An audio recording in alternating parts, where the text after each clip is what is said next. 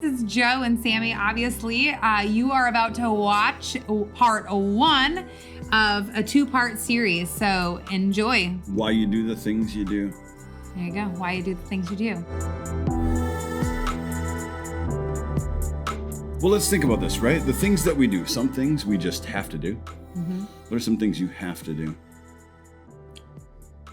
Am I supposed to say the first thing that came to my head? Sure. Poop. Okay, there you go. You kind of have to do that. Mm-hmm. If you don't, you end up like Roman in like 3rd grade, and you have to drink a lot of... We're not going to go there. Drink a lot of Miralax. Yes. There's things you have to do. There's things that you love to do. Mm-hmm. There's things that you get to do. There's things that you want to do. There's some things that you're compulsed to do. You don't necessarily want to do. Yes, but guess what we're talking about today? What? The things that you're inspired to do. Ooh, I like it. Yeah. So poop wouldn't really fit in that. Well, unless you get inspired in the pooper. True. So, which some people do. You probably do because you're in there a lot and off and for a long time. So you have plenty of time to be inspired. The older I get, the longer I stay in the restroom. I wonder if that's like a thing. We should do a poll maybe. It's a thing. And I don't know. I haven't been big on gut health, but I'm sure I could take care of my stomach better. It's okay. Everybody poops. I like fried foods. Well, they just don't like me. Yeah, that's because they're not good for you. Maybe we need to get an air fryer. Ooh, anything fried sounds good to me. Yeah, air fryer, though it's air, not grease. Yeah. So I think it's better for you. So we've been having some incredible interviews. We've been having some great topics. Mm-hmm. We've been digging into the Bible.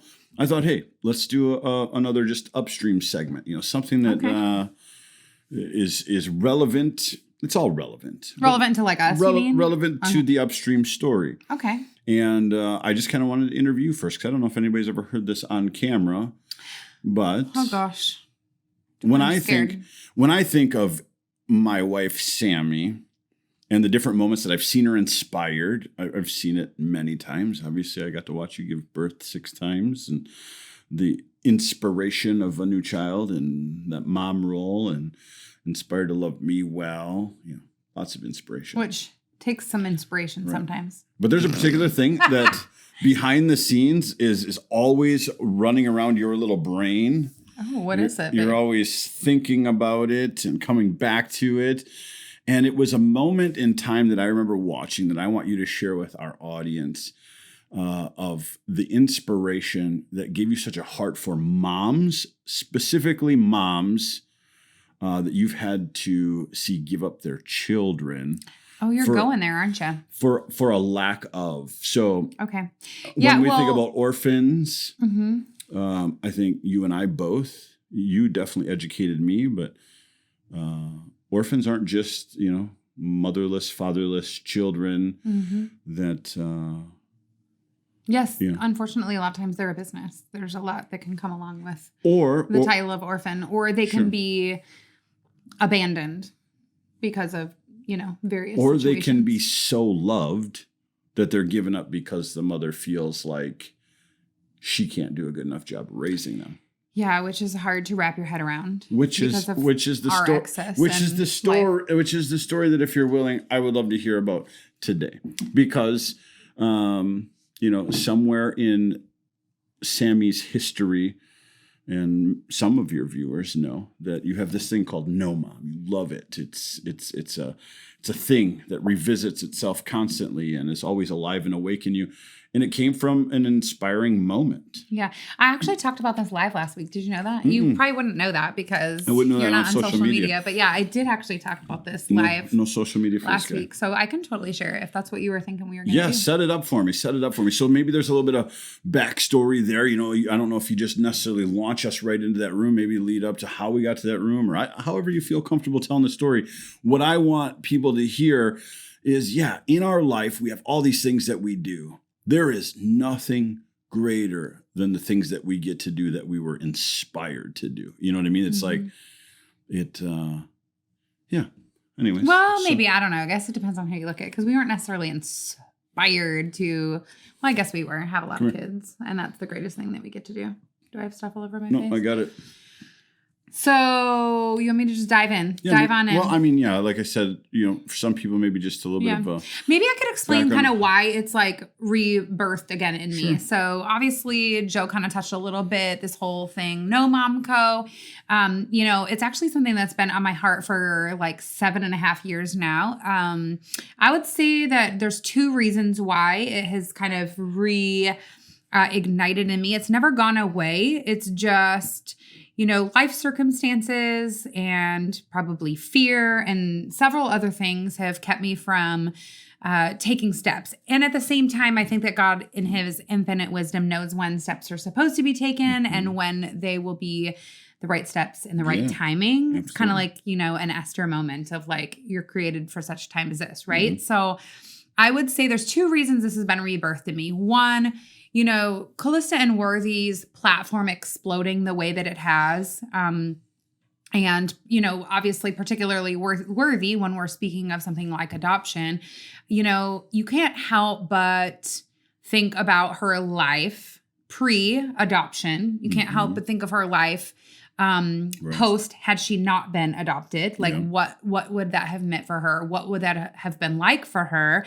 And because her platform has grown so much, I get a lot of questions from people. A lot of people wanting to know about her adoption. A lot of people wanting to know how she became a Rogalski and what was her story. And, I think that has made me ponder a lot lately in this last, since October, really, about that. Not that we ever forget that she's adopted, her and gospel both, but, when you're constantly revisiting it and when they're constantly being asked about it during interviews and people are, talking about it, that has really brought it up. And then I would say that the other thing that has really kind of reignited it in me is, I was kind of speaking a little bit to the fact of like, while most people would maybe look at us as a couple and think Joe and Sami, they wouldn't necessarily think just Joe, right? Or just Sami.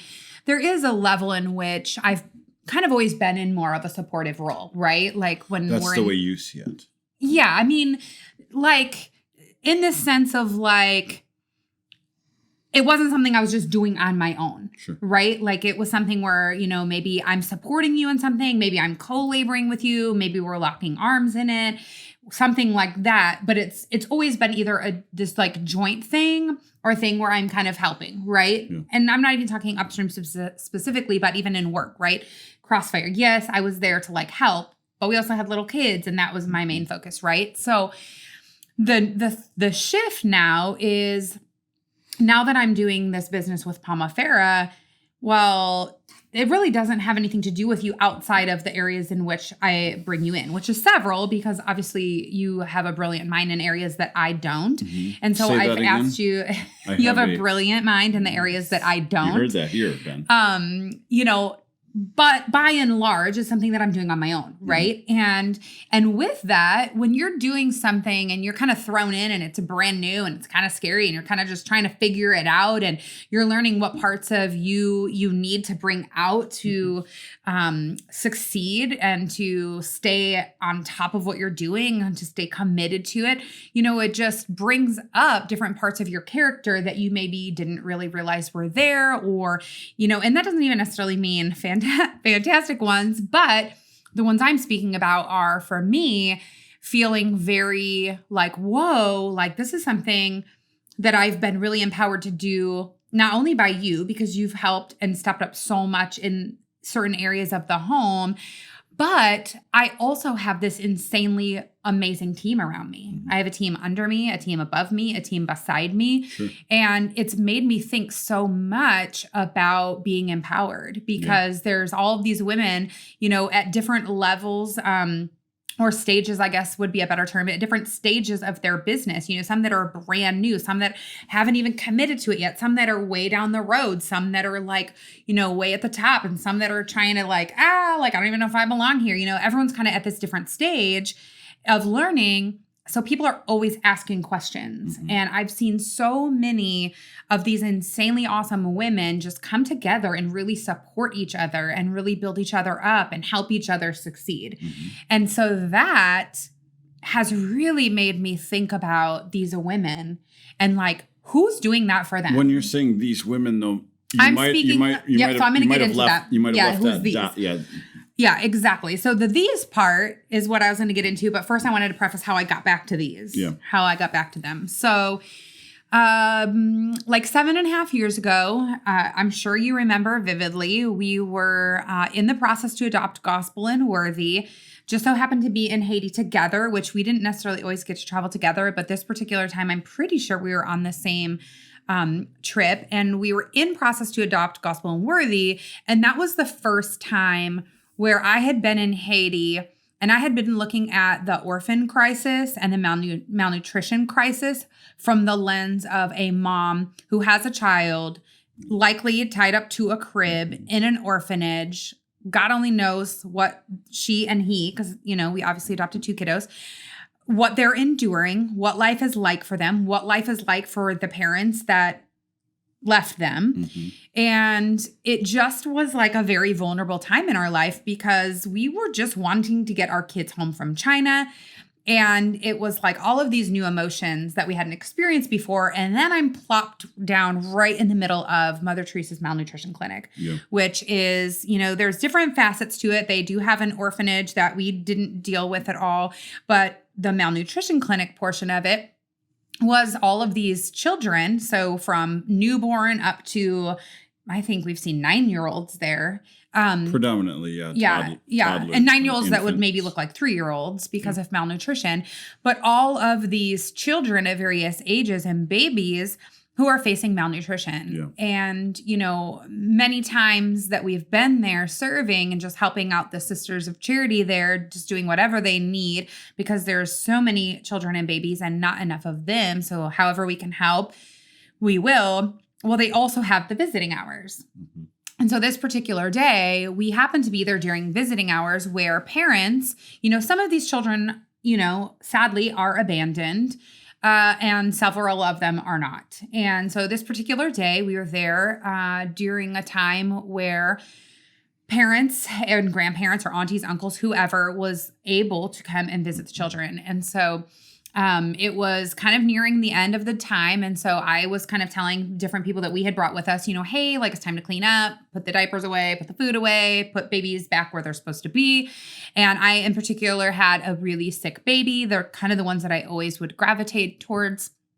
And I was holding this baby and it was time to put this baby down. And straight across from me, a few crib aisles away, was a mom, a Haitian mom, who was there visiting her baby, who was very, very sick. And,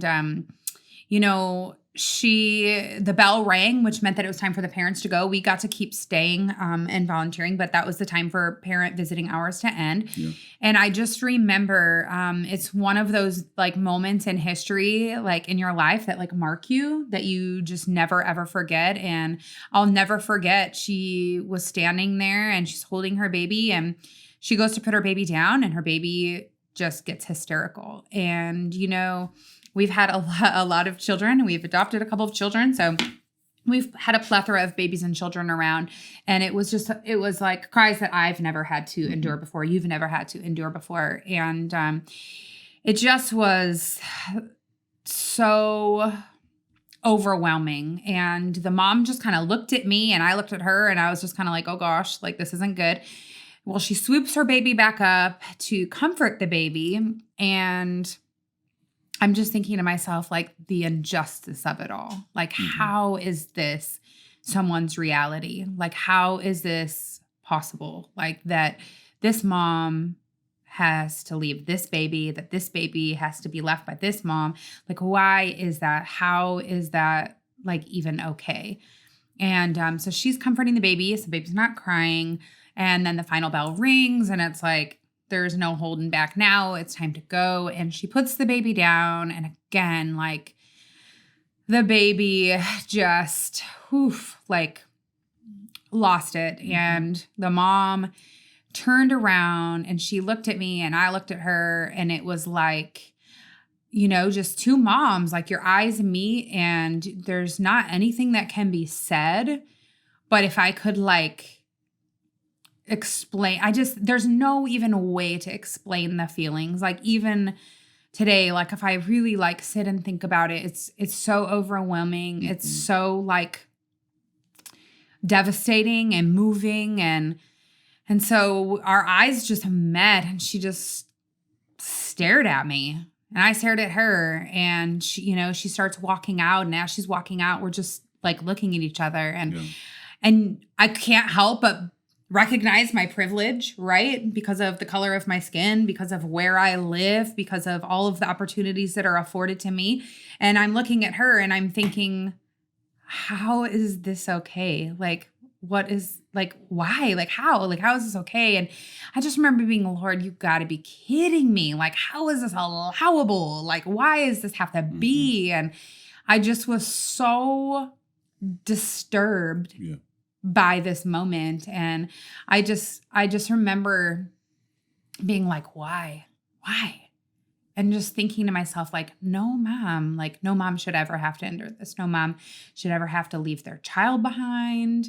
And it's easy for us, you know, sitting here in our excess and our abundance. And, you know, even if we don't have excess and abundance in our mind, we do in comparison to so much of the world. So we're all, if we're in America, like we live in that, in access and excess and opportunity. And I remember thinking, like, why? Like, what? Like, how is this possible? Just like, no mom should have to go through this. No child should have to be separated from its mom because she can't feed him. Because that's what's happening in this room is, you know, like I said, it's easy for us sitting from our place to be like, oh yeah, I'd never do that. I could never leave my kid. Like only a terrible person would do that. And you're thinking, really? Like if their option is starvation, like your kid's going to starve to death or you're going to bring them somewhere else. The person that would be saying that is just... you haven't seen. They're very naive to the realities. If you haven't seen. And so, you know, I just kept thinking all these things over and over in my head, like no mom should have to endure this. No mom should have to endure that. No mom should have to do this and no baby this and no mom this and no mom that. And it was literally like, God was like, what are you going to do about it? Yeah.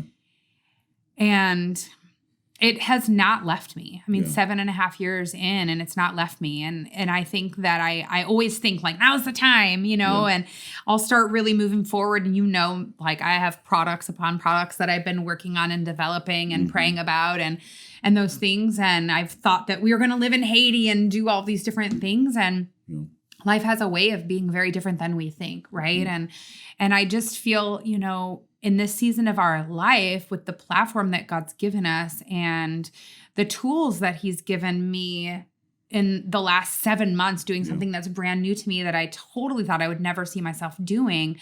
It's like he's really just like opened my eyes to see like, okay, it's time to start taking steps.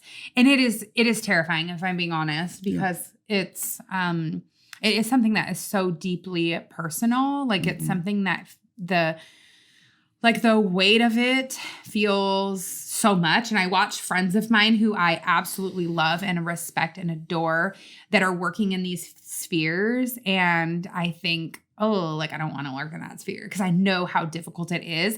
And at the same time, you got to weigh the costs. Well, yeah, for sure. And at the same time, I look at them and I think of like Shelly at Papillon. You know, I have a great love for that woman.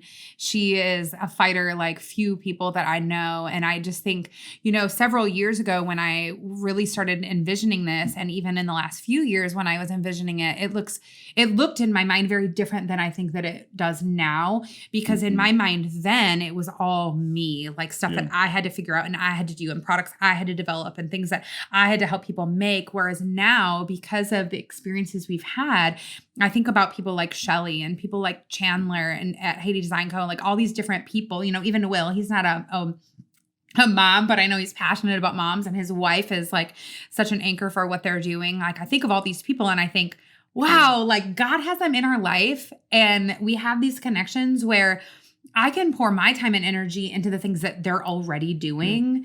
And like, it's just, I don't know. It's exciting. It is scary, but it's not, I feel like as scary as it would have been if we would have really started launching this a year ago, 3 years ago, whatever. So, well, do you have room for me to ask some questions? Yeah, of course. All right. So that was an inspired moment.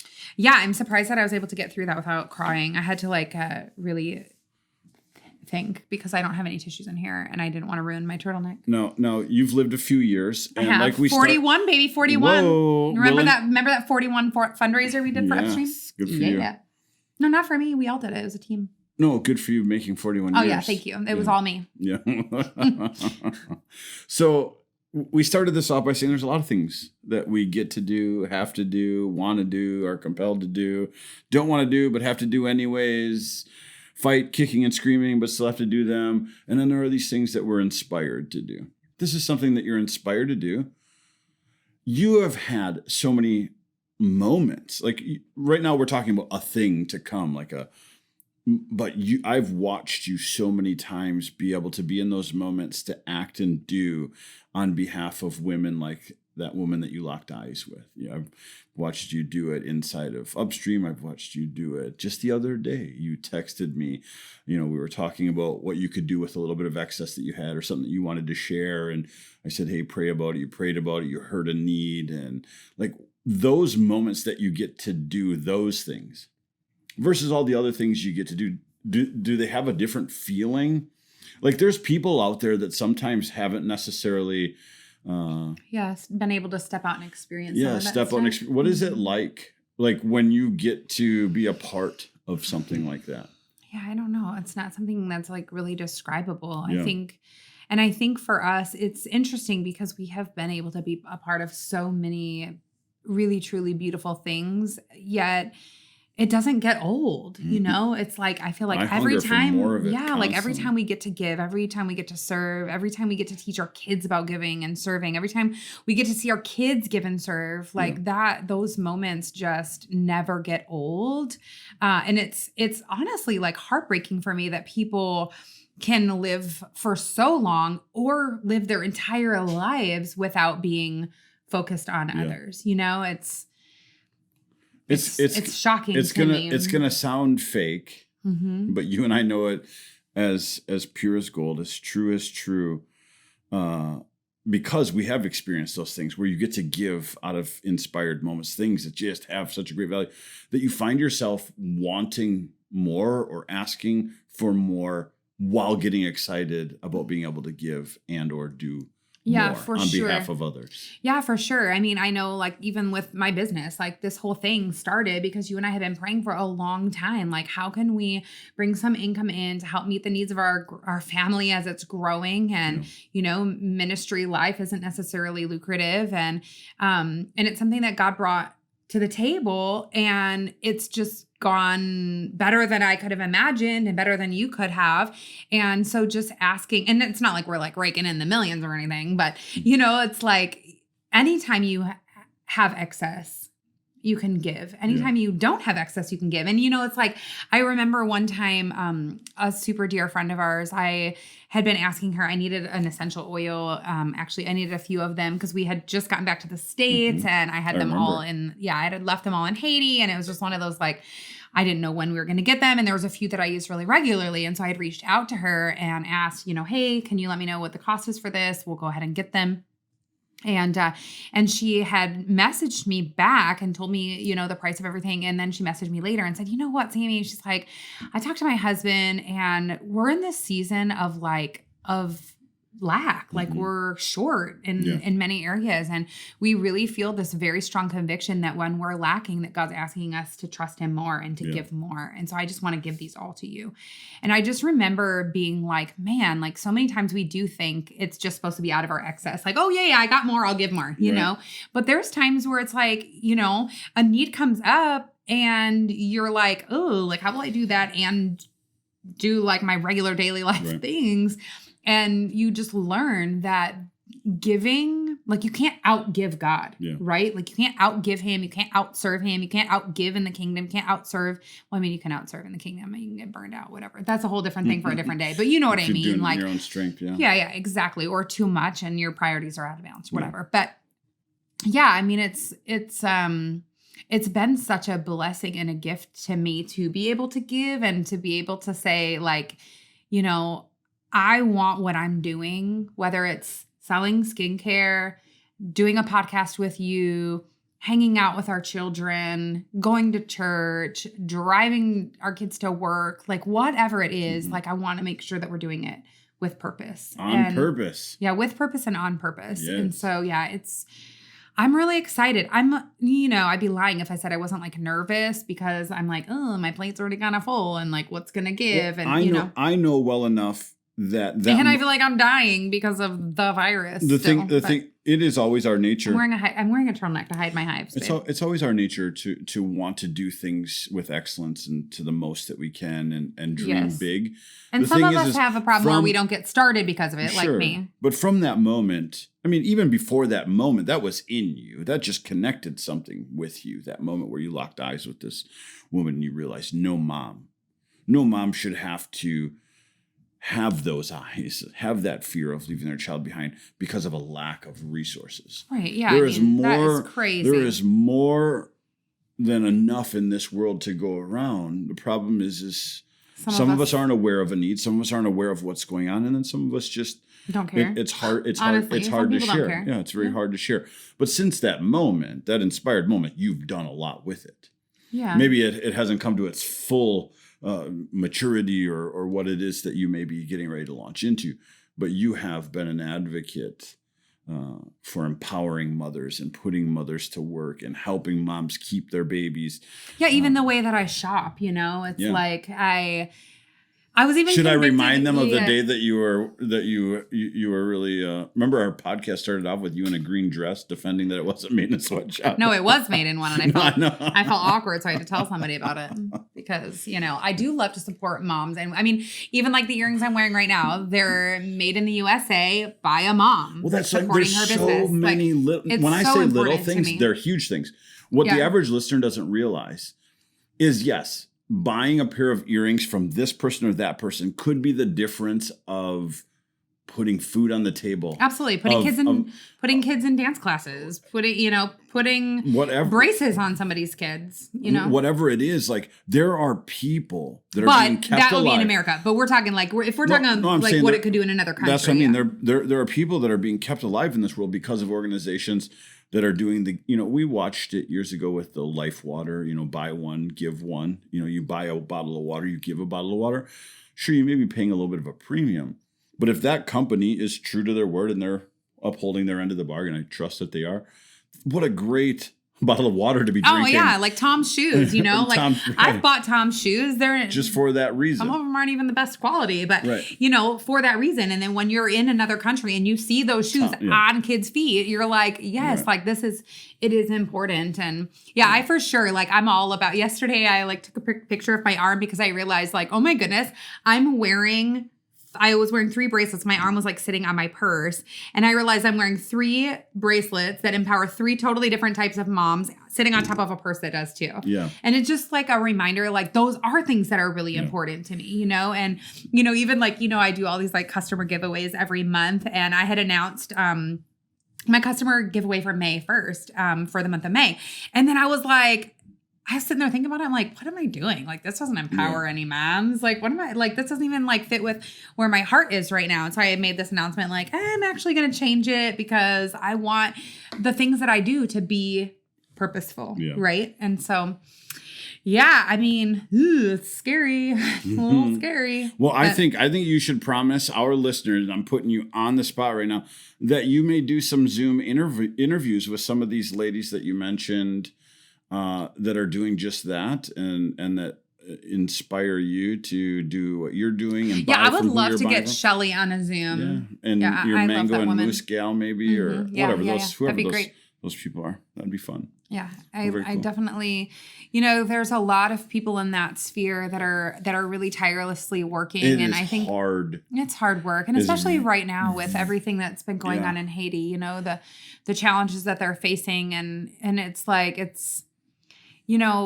people that are on the front lines, whether they're on the front lines living in America or they're on the front lines living in another country, it doesn't really matter. It still comes with a lot of unseen ache, a lot of unseen stress, a lot of unseen frustration and defeat and grief and all those things. And to be able to wade through those things and keep pressing on because of somebody else is really inspiring. Like there's some women that really inspire the heck out of me. And yes. So I got to do my part, right. You know, like, and I think I would have not known going into my business, however many, 7 months ago, that would be something that would be like stirred up in me. You know, well, I'm glad that it is. And I'm excited to see where you and God take it. I know I was in that room. Well, you too, because you know that my creative brain doesn't work in the ways that yours does. So we're going to have to. I was in that room that day. We'll be working together. And I held you as you were a sloppy mess. Exiting that place. And I knew that day had forever changed you. And I've watched the fruit of that, or the seed of that, become the fruit of it. And I think that is when we talk about the things that God knits us together in our mother's womb for and the plans and purposes that he has for us, I know that moment is tied to and associated with some of the plans and purposes that he has yet to fulfill and reveal in you. I don't know if you remember this or not, but like that scenario that was like the focus was the mom, but then every time we went after that, it was like a different age group. Do you remember that? It was like, then I would go and it would be like the sickliest, like tiny, frail bag of bones. You would never even take a picture of it because it's just so like, like you just, nothing could ever do justice to what you're seeing and holding. And then the next time we would go, it was like a kid with Down syndrome. And, you know, then it was like all of a sudden a 9-year-old, it was the same age as one of my kids at the time. And, you know, looking the size of a 3-year-old and his parents literally leaving him and me holding him. And so for me, it's like, it's not just the mom, like the mom aspect. Yes. Like that's huge. And I can relate on a level of being a mom, and I can relate on the being, you know, and the things that come with that, and the fact that I would never want to have to give up my kids. But I also can relate to loving a child so much that you would never want to see that child hurt, right? Like I try to put my own kids in those situations. Like I'm holding this baby and I'm thinking, what if Sailor was born here? You have to think those things. What if this is worthy and she's getting put back and she never gets a chance to come home, you know? You absolutely cannot have compassion or empathy with others, which is a requirement as a believer. Like it has to be there. If you don't, imagine them being your child or you as the mom. Like I mean, you definitely can't have the same level of compassion. I mean, you can feel for somebody, but the biggest, maybe not to action. One of the biggest heartaches in America is, well, I don't want to pick on Americans, but I mean, I've just seen enough of it, is that we don't do that enough because for some reason we think it can't happen to us. And I think of it a lot when it comes to just even passing the guy here in San Antonio. It's hard to make an intersection without having, you know, one of the guys on the streets panhandling, and sometimes it's the same guy every time.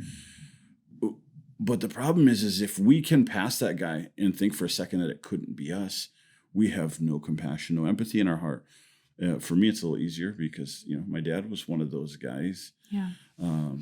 But the reality is there's a story. That's the thing, is anything and everything that we see, sure, we can judge it, but it has a story. And the realities of these third and fourth world countries is not because they are not smart or they're not hardworking or that they're lazy. There just is a lack of opportunity. There is just no opportunity.